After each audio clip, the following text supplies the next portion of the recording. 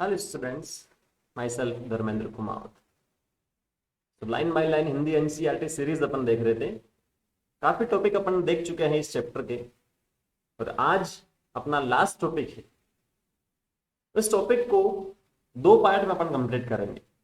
आज का जो टॉपिक है वंशावली विश्लेषण है, वैसे पेडिग्री एनालिसिस। और आप एक बात को देखेंगे तो यहाँ आज मैंने line by line Hindi NCERT को यहाँ से हटा दिया। ऐसा क्यों?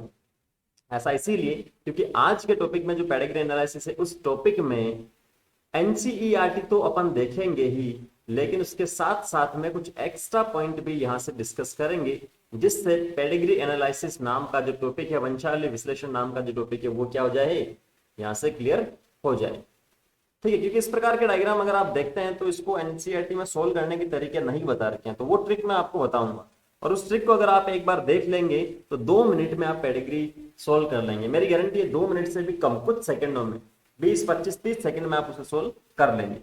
ठीक है, और आप देखेंगे, सर्च करेंगे यूट्यूब पर, तो हिंदी मीडियम के इस विद्यार्थियों के लिए पेडिग्री एनालिसिस हिंदी में कहीं पर भी नहीं बता रखा है। तो वैसे ही आज का लेसन काफी खास होने वाला है। आप लोग एनसीईआरटी लेके बैठिएगा। पहले अपन एनसीईआरटी वाला पोर्शन कंप्लीट करेंगे, और उसके बाद में जो एक्स्ट्रा पॉइंट है, जो ट्रिक है, वो मैं आपको यहाँ से बता दूंगा, जिससे आपका काम क्या हो जाएगा, आसान हो जाएगा। क्लियर है? इतिहास बदल रहा है, एनसीईआरटी से बाहर अपन चल रहे हैं। आज तक के इतिहास में केवल एनसीईआरटी ही अपन ने पढ़ी थी, अब एनसीईआरटी से बाहर आज अपन चल रहे हैं। ज्यादा नहीं पढ़ेंगे, केवल ट्रिक की बात करेंगे। ठीक है, तो टेंशन लेने का नहीं, देने का। आनुवंशिक विकार वैसे लास्ट टॉपिक है इस चैप्टर का, और उससे 2 पार्ट में अपन पढ़ेंगे। पहला जो है वंशावली विश्लेषण, और दूसरा आएगा मेंडल के जो विकार है वो। आनुवंशिक का मतलब क्या होता है? पीढ़ी दर पीढ़ी। विकार का मतलब रोग, बीमारी इत्यादि। अगर कोई भी रोग या बीमारी एक पीढ़ी से दूसरी पीढ़ी में ट्रांसफर होती है तो वो क्या हुआ, आनुवंशिक हुआ। जो चैप्टर के इंट्रोडक्शन में अपन ने देखा था, परिभाषा। पहला जो इसका टॉपिक आता है वो है वंशावली विश्लेषण। वंशावली मतलब वंश का, दादाजी, पिताजी, बेटा जी, उनके बेटा जी, उनके बेटा जी। तो ये क्या है, एक पीढ़ी से दूसरी पीढ़ी, दूसरी से तीसरी, तीसरी से चौथी। इस प्रकार से क्या हो रहा है, ये सारे एक दूसरे से रिलेटेड है। और इसी रिलेशन को बताने के लिए एक शब्द अपन यूज में लेते हैं, वंश। ठीक है, क्या यूज में लेते हैं? वंश या जीनस जिसे अपन बोलते हैं। तो उस वंश का विश्लेषण, अध्ययन अपन वहां पर कर रहे हैं, उसके बारे में डिटेल्स स्टडी अपन कर रहे हैं, तो उसे अपन बोलते हैं वंशावली विश्लेषण। क्लियर है? मानव समाज में वंशागत विकारों की बात पुराने समय से चली आ रही है, और इसका आधार क्या था? आधार था कुछ परिवारों में विशेष लक्षणों के वंशवत रहने की अवधारणा। कुछ स्पेसिफिक परिवार में कुछ लक्षण, जैसे मान लो कि पुराने समय में राजा रानी, एक था राजा एक थी रानी। ठीक है, तो जो राजा रानी है उनकी जो संतति होगी वो भी महाराजा ही बनेगा आगे चलकर, उसकी भी संतति होगी वो भी महाराजा महारानी, कुछ भी हो सकता है। राजा जो है फकीर से तो शादी करेगा नहीं, और रानी भी नहीं करेगी, नहीं। तो इनमें हो सकता है किसी प्रकार की जो रोग था वो एक पीढ़ी से दूसरी पीढ़ी में ट्रांसफर। मान लो कोई फकीर ही है, गरीब आदमी है, तो उसके में जो है उसमें भी क्या होगा, रोग संचरित होगा, तो वो अमीर में नहीं जा रहा है। तो इस प्रकार से क्या हुआ, कुछ विशेष लक्षण जो थे कुछ परिवारों में ही क्या थे, वंशबद्ध रह रहे थे। तो सोचा यार ऐसा क्या है इनके अंदर जो अपनों में नहीं हो रहा है। ठीक है, तो उसी के बारे में स्टडी की गई। तो मेंडल के कार्य की पुनः खोज के बाद मानव के लक्षण प्रतिरूपों की वंशागति के विश्लेषण की बात प्रारंभ हुई। सन 1900 के बाद में वापस से क्या हुआ, 1900 या 1900 के बाद में मेंडल के जो नियम थे उनको वापस से रिडिस्कवर किया था 3 साइंटिस्ट ने, वो पढ़ने पड़ लिया। यह स्पष्ट है कि मटर के पौधे और अन्य जीवों में किए गए तुलनात्मक संकर प्रयोग मानव में संभव नहीं है। क्यों संभव नहीं? क्योंकि मटर जो बात करें, पी या पाइजम सेटाइवम की अपन बात करें, जीवन काल कितना होता है, 3 से 4 महीने मैक्सिमम। मॉर्गन साहब ने फ्रूट फ्लाई या फल मक्खी पर एक्सपेरिमेंट किया था, उसका जीवन काल कितना होता है, 2 सप्ताह, 2 वीक। ठीक है, 2 वीक्स। अब मनुष्य का जीवन काल कितना होता है, 70-80 साल तो जीता ही है कम से कम, नेचुरल डेथ होती है। तो एक जो साइंटिस्ट है 70-80 साल उसने स्टडी की, फिर दूसरे में वापस से नेक्स्ट इसके बेटा बेटी भी 70-80 साल कैसे करेगा, क्योंकि जो कर रहा है उसके अभी तो जीवन काल 70-80 साल है, वो तो मर जाएगा, 150 साल जीना पॉसिबल थोड़ी है। हाँ, ये अपन बोल सकते हैं कि भाई दादाजी में ये बीमारी थी तो पिताजी में भी थी, मुझ में भी है, अब मेरे बेटे जी में है, मेरे पोता जी में भी ऐसी हो सकती है। तो एक वंश का अध्ययन अपन कर सकते हैं, जबकि ऐसा सिंपल सा जो है वो पॉसिबल नहीं है संकर प्रयोग से करके। इसीलिए यही विकल्प रह जाता है कि विशेष लक्षण की वंशागति के अध्ययन के संबंध, के वंशागति के संबंध में वंश के इतिहास का अध्ययन किया जाए। और कई पीढ़ियों तक जारी लक्षणों के ऐसे विश्लेषण को वंशावली विश्लेषण कहते हैं। एक पीढ़ी की बात नहीं हो रही, कई पीढ़ियों की बात हो रही, और इस प्रक्रिया में वंश वृक्ष में एक विशेष लक्षण का पीढ़ी दर पीढ़ी विश्लेषण किया जाता है। ठीक है, मानव आनुवंशिकी में वंशावली अध्ययन एक महत्वपूर्ण उपकरण है जिसका उपयोग विशेष लक्षण, असामान्यता या रोग का पता लगाने में किया जाता है। बहुत ज्यादा इंपॉर्टेंट है, कभी भी क्वेश्चन ये पूछ लेगा कि वंशावली अध्ययन मानव में क्यों इंपॉर्टेंट है, क्यों महत्वपूर्ण है, ऑप्शन दे देगा विशेष लक्षण के लिए, पता लगाने के लिए, या असामान्यता का पता लगाने के लिए, या रोग का पता लगाने के लिए, या चौथा ऑप्शन दे देगा उपरोक्त सभी। तो उपरोक्त सभी आंसर चला जाएगा। वंशावली विश्लेषण में प्रयुक्त कुछ महत्वपूर्ण मानक प्रतीकों को चित्र में दर्शाया गया। तो ये जो मानक प्रतीक है कुछ 10-11 के आसपास है, इनको आपको याद करना है। अब इसमें समझना ऐसा कुछ भी नहीं है, आप याद कर लेंगे तो अपना जो ट्रिक वाला पोर्शन है वो आधा यहाँ से हो जाएगा। अगर इस प्रकार का कोई प्रतीक आता, सिंबल आता, तो वो नर के लिए, अगर गोल आता तो वो मादा के लिए, अगर इसको थोड़ा सा आपने घुमा दिया है नर वाले को यहाँ से, तो वो आएगा कि लिंग का अपने को पता नहीं है कि नर है या मादा है। अगर इन तीनों को अपन ने डार्क कर दिया है, इसको डार्क अपन ने कर दिया ऐसे मान लो, इसको भी कर दिया और इसको भी कर दिया, तो ये क्या है, किसी ना किसी रोग से, किसी ना किसी असामान्यता से, या किसी ना किसी जो विशेष लक्षण है वो वाले यहाँ पर आएंगे। ठीक है, विशेष लक्षण असामान्यता या रोग वाले ये हो जाएंगे प्रभावित व्यक्ति, इन्हें अपन बोलेंगे। अब नर और मादा की अपन बात करें, नर था और मादा था, इसको ये दोनों एक लाइन से अगर जुड़े हुए होते हैं तो इसका मतलब सेक्सुअल इंटरकोर्स मैथुन के बीच में हो रहा है। अगर दो लाइन से जुड़े हुए हैं इसका मतलब क्या है, रिलेटिव जो है, रिश्तेदार है, उसके बीच में मैथुन हो रहा, समरक्त मैथुन।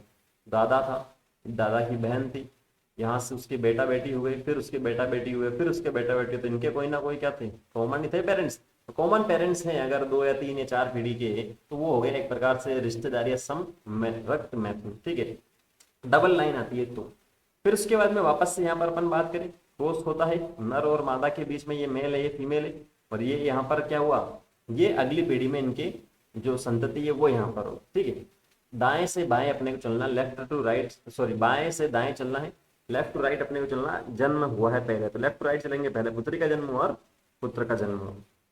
ठीक है, पढ़ने के ऊपर किस प्रकार से पढ़ते हैं, कुछ लोग इसे इस प्रकार से भी पढ़ते हैं उल्टा, नर शिशु वाले जनक रोग से प्रभावित। अब यहाँ वापस से मेल और फीमेल के बीच में क्रॉस हुआ, ये इस प्रकार से बना, तो ये अपन ने देख लिया प्रभावित व्यक्ति होता, अगर इस प्रकार का बना है तो डार्क है। तो कुछ जगह पर आपको डार्क पूरा ना देखे, इस प्रकार से लाइनिंग भी मिल सकती है, ये इस प्रकार से। ठीक है, तो वो भी क्या होते हैं, प्रभावित ही होते हैं। और सबसे लास्ट में अगर इस प्रकार का बॉक्स मिलता है आपको, प्रतीक मिलता है जिसमें 5 लिखे होते हैं, तो उसका मतलब 5 प्रभावहीन संतति। संतति कितनी है, 5 है, जिस पर कोई भी प्रभाव नहीं है। ठीक है, ये आपको प्रतीक याद रखने, जिससे अपना काम इजी हो जाए। एक बार बना लीजिए नोटबुक में, कोई दिक्कत नहीं है, बना के रख लीजिए, पढ़ लीजिए, रिवाइज कर लीजिए, काम आसान हो जाएगा, एक बार में याद नहीं होता। जैसा कि आप इस अध्याय में पढ़ चुके हैं कि किसी जीव का प्रत्येक लक्षण क्रोमोसोम में विद्यमान डीएनए पर स्थित जीन में होता है। अब बिल्कुल पढ़ चुके हैं साहब, पैरेलल होता है क्रोमोसोम और जीन का व्यवहार, अपन ने पढ़ा है नहीं, chromosome is equal to gene होता है। तो यहाँ जो होता है, अपन ने बोला था कि कोशिका में केंद्रक, केंद्रक में क्रोमोसोम, क्रोमोसोम पर जीन और डीएनए। तो डीएनए ही क्या होता है, आनुवंशिक सूचना का भाग होता है, और ये बिना किसी परिवर्तन के एक पीढ़ी से दूसरी पीढ़ी में जाता है। तो अगर परिवर्तन नहीं होता डीएनए में, तो अपन अपने पिताश्री से माताश्री से समान होंगे, अपनी आने वाली संतति वो भी समान होगी। लेकिन अगर परिवर्तन होता है, कभी कभी पॉसिबिलिटीज है परिवर्तन होता है, तो वो जो अचानक होता है परिवर्तन, उससे अपन बोलते हैं उत्परिवर्तन। ये पहले के लेसन में अपन देख चुके हैं, और आने वाला जो चैप्टर है, छठा चैप्टर आनुवंशिकी का आणविक आधार, उसमें भी अपन इसे डिटेल से पढ़ेंगे। हाँ, यदा कदा परिवर्तन या रूपांतरण भी होते रहते हैं, और इस प्रकार के परिवर्तन या रूपांतरण को उत्परिवर्तन म्यूटेशन कहा जाता है।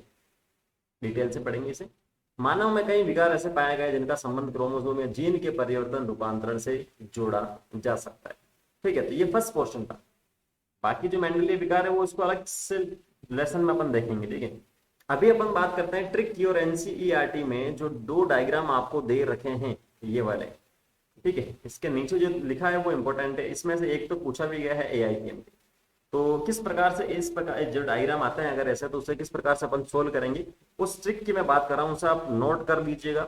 हिंदी माध्यम के विद्यार्थियों के लिए यूट्यूब पर कहीं पर भी आपको ट्रिक ऐसी नहीं मिलेगी, आप सर्च करके देख सकते हैं कि pedigree analysis for Hindi medium, ठीक है, कुछ भी कर सकते हो आप, कोई दिक्कत नहीं, तो वो आपको नहीं मिलेगा वहां पर, क्योंकि मैंने करके देखा। ठीक है, इसीलिए मुझे ऐसा आभास हुआ कि बनाना चाहिए बच्चों के लिए इजी मेथड।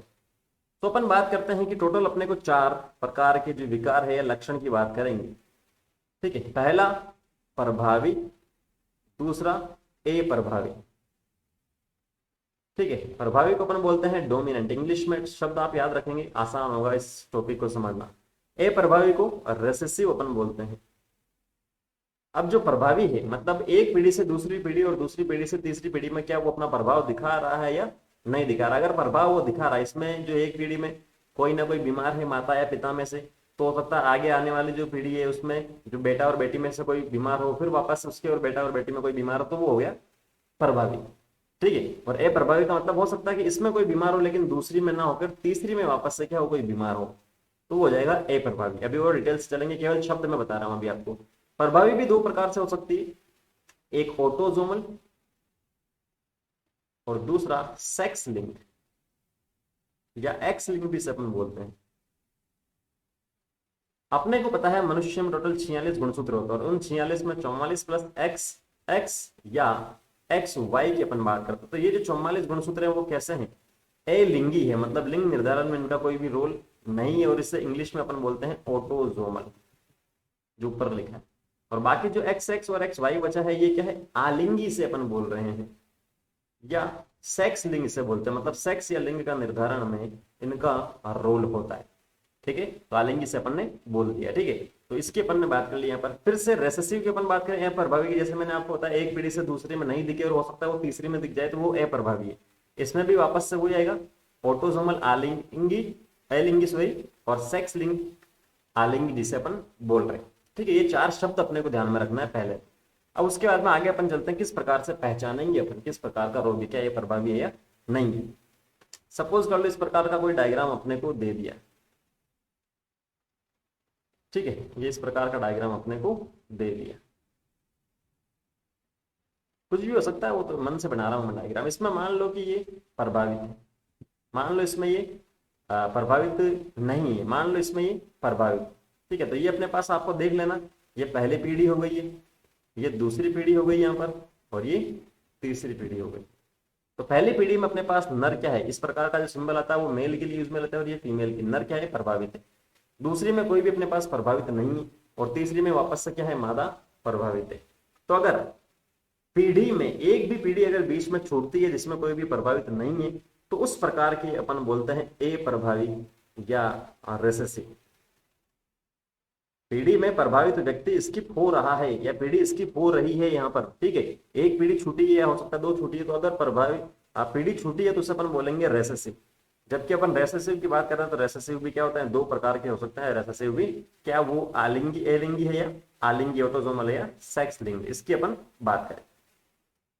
तो सेक्स लिंग की अगर आप बात करो तो उसमें क्या होता है कि जो अगर मान लो फादर है वो प्रभावित है, ठीक है, फादर से डॉटर में जाएगा। अगर एक पीढ़ी में कोई फादर है, जैसे ये फादर है प्रभावित है, और अगली पीढ़ी में ये जो बच्ची है बेटी है इसकी वो प्रभावित है, और इसमें वापस से आप क्रॉस करवाते हो इसका किसी ना किसी के साथ में, तो वापस से ये नर, ये मादा और ये मादा, तो इस मादा से वापस से वो चला जाएगा किसमें, नर में। तो फादर से डॉटर और डॉटर से सन, ठीक है, मतलब मेल से फीमेल और फीमेल से मेल में अगर जाता है, तो इस प्रकार से अगर अपने पास हो रहा है, जनरेशन में जा रहा है, तो वो अपने पास चला जाएगा किसके अंदर, एक्स लिंग के अंदर या सेक्स लिंग के अंदर।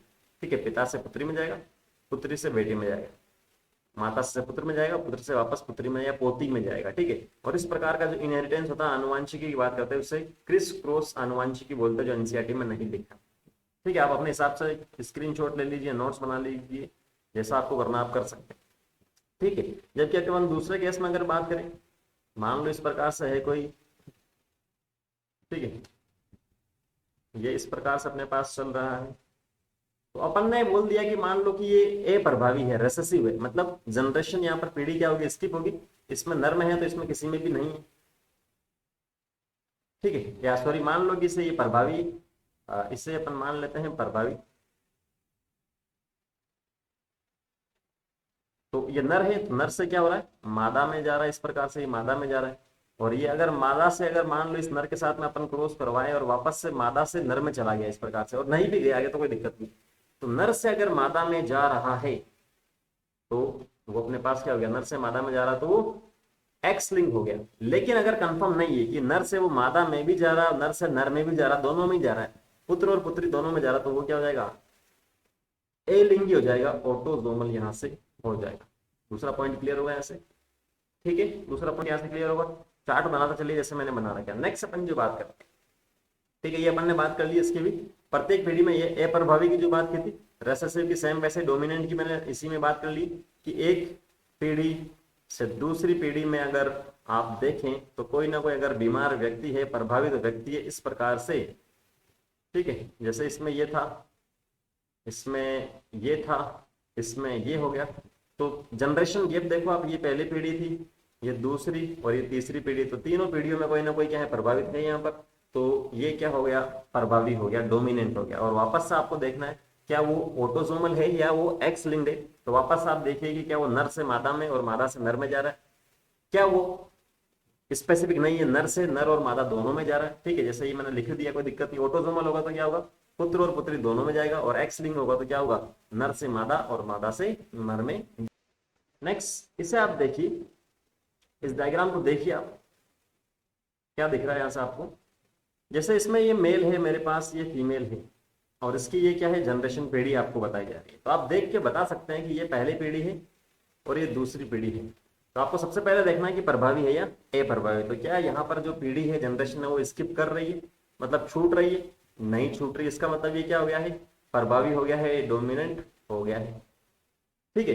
दूसरा आपको देखना प्रभावित हो गया, क्या वो एक्स लिंक्ड है या वो ऑटोजोमल है, ठीक है, क्या वो एक्स लिंक्ड है या वो ऑटोजोमल है। तो इसके अंदर आप देखेंगे तो आप देखो सीधा सा कि ये नर है, नर से मादा में जा रहा है, आपको दिख रहा है यहाँ से, लेकिन नर से नर में भी तो जा रहा है भाई साहब, ये मादा है, फीमेल से मेल में जा रहा है, और फीमेल से फीमेल में भी जा रहा है। मतलब ऐसा नहीं है कि मेल से पिता से पुत्री में जा रहा है या पुत्री से जो है माता से पुत्र में जा रहा है, ऐसा भी नहीं है इसके अंदर, ठीक है। तो स्पेसिफिक पैटर्न नहीं है, तो मतलब एक्स लिंक तो यहाँ पर नहीं होगा। कौन सा होगा, ऑटोजोमल होगा, जिसे अपन बोलते हैं ए लिंगी, ऑटोजोमल डोमिनेंट प्रकार का ये हो जाएगा। क्लियर है, हालांकि क्लियर होगा ना, कोई डाउट हो तो कमेंट कर देना। नेक्स्ट ये डायग्राम अपने को और दे रखा है, ठीक है, तो इसको आप देख सकते हैं कि इसमें आप देखो ये मेल है, ये फीमेल है, प्रभावित है मेल वाला। जबकि इसमें आप देखो तो इसमें आप देखेंगे तो आपको ये पीढ़ी जो है, सबसे पहले प्रभावी की बात कर रहे हैं अपन, तो क्या यहाँ पर पीढ़ी स्किप हो रही है, क्या जनरेशन स्किप हो रही है क्या, बोले इसमें आप देखोगे तो बोले हो रही है सर।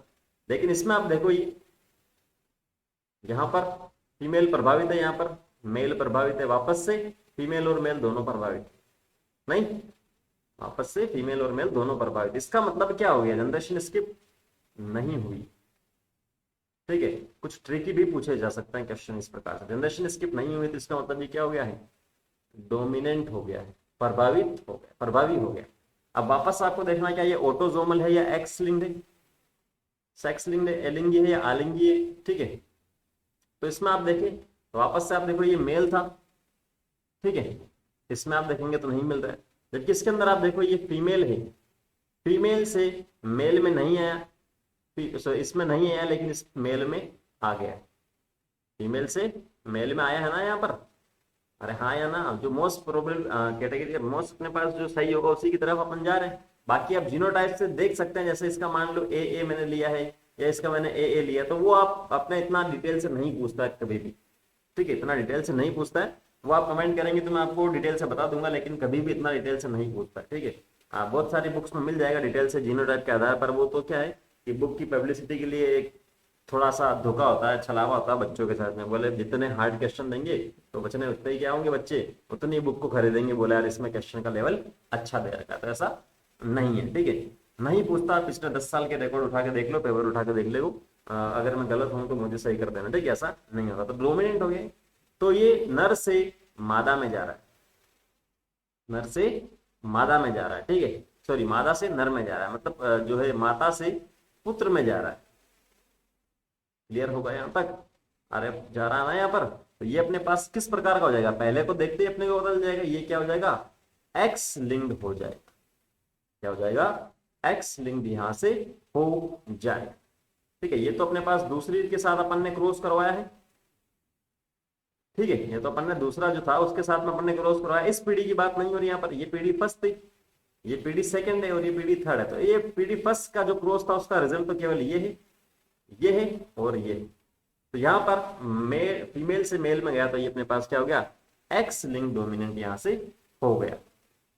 अब एनसीईआरटी वाले एग्जाम्पल की अपन बात कर लेते हैं। ये देखो यहाँ पर, अभी आपको आंसर नहीं देखना, इसको आप देखो, ये फीमेल है प्रभावित, ये क्या है, फीमेल क्या प्रभावित। अब सबसे पहले आपको देखना है कि ए वाले में नीचे जो लिखा है वो आपको नहीं देखना है, सबसे पहले आपको देखना है कि ये क्या प्रभावी है या ए प्रभावी। तो आप देखो क्या पीढ़ी यहाँ से स्किप कर रही है क्या, जनरेशन जो है क्या स्किप कर रही है, ये पहली और ये दूसरी, ये तीसरी, ये चौथी। तो पहली पीढ़ी में फीमेल प्रभावित है, दूसरी में मेल प्रभावित है और फीमेल भी प्रभावित है। और यहां से अगर इसके साथ में अपन चले तो वापस से फीमेल क्या है, प्रभावित। मतलब स्किप नहीं हो रही है जनरेशन, स्किप नहीं हो रही मतलब जनरेशन यहाँ से छूट नहीं रही है, हर एक पीढ़ी में कोई ना कोई अपने को रोगी मिल जाएगा। तो ये किस प्रकार का हो गया, प्रभावी हो गया। ठीक है, अब आप देखो एक्स लिंग है, ए लिंगी है या आलिंगी है, तो उसका पता अपने को कैसे चलेगा, प्रभावी हो गया उसका पता कैसे चलेगा। तो अपने ने पिता से अगर पुत्री में जा रहा है, ये अपन ने पहले ही बोला, पिता से पुत्री में जा रहा है या माता से पुत्र में जा रहा है तो वो क्या हो जाएगा, एक्स लिंग हो जाएगा। और अगर कॉमन है, दोनों में जा रहा है तो वो क्या हो जाएगा, वो हो जाएगा अपने पास ए लिंगी। ठीक है, तो यहाँ फीमेल प्रभावित है, फीमेल से यहाँ आप देखो तो फीमेल से मेल में जा रहा है, मतलब माता से पुत्र में जा रहा है, लेकिन माता से पुत्री में भी जा रहा है। तो ऐसा कुछ फिक्स नहीं हुआ है, तो फिक्स नहीं हुआ तो ये क्या हो गया, ये हो गया ऑटोजोमल, जिसे अपन बोलते हैं ए लिंगी प्रभावी, ऑटोजोमल डोमिनेंट ये हो गया, जो एनसीईआरटी मैट्रिक नहीं बता रहा। तो पहला क्या लिखा, ए लिंगी क्रोमोसोम पर प्रभावी, ए लिंगी और प्रभावित। इस प्रकार का डायग्राम दे देगा और पूछ देगा ये क्या है, जो चार ऑप्शन मैंने स्टार्टिंग में आपको बताया था। हाँ, एक और पॉइंट यहाँ पर इंपॉर्टेंट है, मायोटोनिक दुष्पोषण या डिस्ट्रोफी, मायोटोनिक डिस्ट्रोफी, इसका एक एग्जाम्पल है जिसके बारे में कुछ भी अपने को नहीं बता रहा, बस केवल शब्द ही आपको इसमें ध्यान में रखना है। क्लियर होगा ए वाला डायग्राम। दूसरा बे में चलते हैं अपन, ठीक है, पहले वाला क्लियर होगा। दूसरे की अपन बात करें, ये अपने पास है पेरेंट, उनकी पीढ़ी, फिर उनकी पीढ़ी। तो सबसे पहले अपने को क्या देखना, ये प्रभावी है या ए प्रभावी। ठीक है, एनसीईआरटी में जो डायग्राम दे रखे हैं वो इंपॉर्टेंट है, मैंने पहले भी आपको बता दिया, जो ट्रिक मैं बता रहा हूँ वो ही कामगर है। बाकी जीनोटाइप के आधार पर, जैसा मैंने आपको बताया कि अगर आप चाहते हैं जीनोटाइप के आधार पर मैं आपको ट्रिक बताऊं तो आप कमेंट करके बता दीजिएगा, अन्यथा इतना सफिशिएंट है। तो इसमें बात करें प्रभावी है या ए प्रभावी, तो जनरेशन देखो क्या यहाँ पर पीढ़ी स्किप कर रही है, तो पहले में देखो कोई भी प्रभावित नहीं है, दूसरे में ये मेल प्रभावित है, ये फीमेल प्रभावित है, तीसरे में यहाँ पर ये मेल प्रभावित है। लेकिन यहाँ से आप देखोगे इसे तो यहाँ पर इसमें इसके जो पेरेंट है वो प्रभावित नहीं है और इसमें ये मेल प्रभावित है। ठीक है, मतलब ओवरऑल अगर अपन बात करें तो जनरेशन स्किप यहाँ पर नहीं हो रही है, और जनरेशन स्किप नहीं हो रही तो वो क्या होगा, रिसेसिव होगा, जिसे अपन बोलते हैं ए प्रभावी। ठीक है, ये किस प्रकार का हो जाएगा, ए प्रभावी। नेक्स्ट वापस से अपन बात करते हैं, ये चलो ठीक है, प्रभावी और प्रभावी में से अपन ने सेलेक्ट कर लिया। अब मेन मुद्दे की बात है, क्या ये एक्स लिंक्ड है या ये ऑटोजोमल है। ठीक है, एक्स लिंक्ड है या ऑटोजोमल है। इंग्लिश में शब्द याद रखिएगा, बार बार मैं आपको बोल रहा हूँ, एक्स लिंक्ड या ऑटोजोमल की अगर अपन बात करें तो एक्स लिंक्ड में अपन ने क्या बोला था कि नर से मादा, मतलब पिता से पुत्री, ठीक है, पिता से पुत्री और माता से पुत्र के अंदर जाता है। जबकि ऑटोजोमल में ऐसा कुछ भी नहीं है। ठीक है, ऑटोजोमल में ऐसा कुछ भी फिक्स नहीं है। हो सकता है कि कोई अगर आपके पास नर और मादा के बीच में आप क्रॉस करवा रहे हो सकता है कि नर से मादा में चला जाए, या हो सकता है कि दोनों ही यहाँ पर प्रभावित नहीं है और यहाँ से क्या हो जाए, किसी ना किसी टाइप की जो जनरेशन नेक्स्ट जनरेशन उसमें कोई ना कोई प्रभावित यहाँ से हो जाए, कुछ इस प्रकार से। ठीक है, तो ये इजी सा है, कोई दिक्कत नहीं है। एक्स लिंक की जहां पर भी आप बात करेंगे अपोजिट सेक्स में यहाँ से क्या होगा, ट्रांसफर होगा। ठीक है, तो यहाँ पर आप देखो इसमें ये प्रभावित नहीं है, दोनों ही पेरेंट जो है मेल और फीमेल, लेकिन फिर भी यहाँ पर मेल और फीमेल क्या है, इफेक्टेड है, अफेक्टेड है। ठीक है, प्रभावित है। ठीक है, जबकि इसमें आप वापस से देखो ये मेल और फीमेल प्रभावित नहीं है, लेकिन इसमें क्या है, मेल यहाँ पर क्या है, प्रभावित है। तो अगर आप देखो दोनों टाइप्स आप देख लो, इसमें देख लो प्रभावित नहीं है लेकिन फिर भी प्रभावित है, या इसमें देख लो प्रभावित नहीं है लेकिन मेल प्रभावित है, अब यहाँ पर फीमेल प्रभावित होती और मेल प्रभावित होता यहाँ पर नीचे वाले में, तब तो अपन इसे क्या बोल देते, ये एक्स लिंक्ड हो जाता। लेकिन दोनों ही जो पेरेंट है वो प्रभावित नहीं है, जबकि इनकी जो पीढ़ी है, आगे आने वाली जो जनरेशन है वो क्या है, यहाँ पर प्रभावित हो रही है। मतलब स्पेसिफिक मैनर यहाँ पर नहीं, रेसेसिव पहले हो गया था और यहाँ पर स्पेसिफिक नहीं है, तो ये एक्स लिंक ना होकर क्या हो जाएगा, ऑटोसोमल यहाँ पर हो जाएगा। ठीक है, तो यहाँ पर बी क्या हो जाएगा, आलिंगी। अब ये इंग्लिश में क्या हो सकता है, करेक्शन एलिंगी और आलिंगी में। ठीक है, आप लोग देख लीजिएगा इसे, ऑटोसोमल रेसेसिव का एक एग्जांपल है ये। पर ए प्रभावी विशेषज्ञ, ये तो सही लिखा है इन्होंने, ए प्रभावी, ये पहले वाला प्रभावी था। ठीक है, क्योंकि इसमें जनरेशन स्किप नहीं हो रही। और एलिंगी की अपन ने बात कर ही ली थी। एग्जाम्पल आपको ध्यान में रखना है, सिकल सेल एनीमिया। ये जो दोनों एग्जाम्पल है, मायोटोनिक दुष्पोषण डिस्ट्रोफी या सिकल सेल एनीमिया, आपको ध्यान में रखना है, ऑटोसोमल डोमिनेंट और ऑटोसोमल रिसेसिव का। तो अगर एनसीईआरटी के आप एग्जाम्पल ध्यान में रखें, याद आप लोग करें, तो इतना सा तो आपको ध्यान में रखना है कि दोनों ही एग्जाम्पल ऑटोसोमल के हैं, एक डोमिनेंट का और दूसरा किस प्रकार का है, रेसेसिव का एग्जाम्पल है। ठीक है, तो यहाँ पर ये जो है पेडिग्री का जो पार्ट है वो भी कंप्लीट होता है। नेक्स्ट सेशन में अपन जब मिलेंगे, लास्ट वीडियो होगा इस चैप्टर का, क्रोमोसोमी विकार अपन देखेंगे। इंपॉर्टेंट है वो भी, सीधा सीधा आपको यहाँ से ध्यान में रखना है, किस प्रकार से क्वेश्चन पूछता है वो मैं आपको बताऊंगा। अभी के लिए इतना काफी है, आप इन ट्रिक्स को देखिए, बार बार रिवाइज कीजिए, 2 या 3 बार रिवाइज करेंगे तो आपका काम आसान हो जाएगा, ज्यादा प्रॉब्लम यहाँ से नहीं आएगी। फिर भी अगर किसी प्रकार का आपको डाउट रहता है तो मैं आप कमेंट कर दीजिएगा, इस वीडियो के लास्ट में कमेंट सेक्शन में कमेंट कर दीजिएगा। अगर डाउट की पिक्चर आपको सेंड करनी है तो इंस्टाग्राम पर मैं आपको धर्मेंद्र कुमार से मिलूंगा, वहां आप अपने डाउट की पिक्चर सेंड कर सकते हैं। ठीक है, सो नेक्स्ट सेशन में मिलते हैं मेंडेलियन विकार के साथ में। Thank you, all the very best.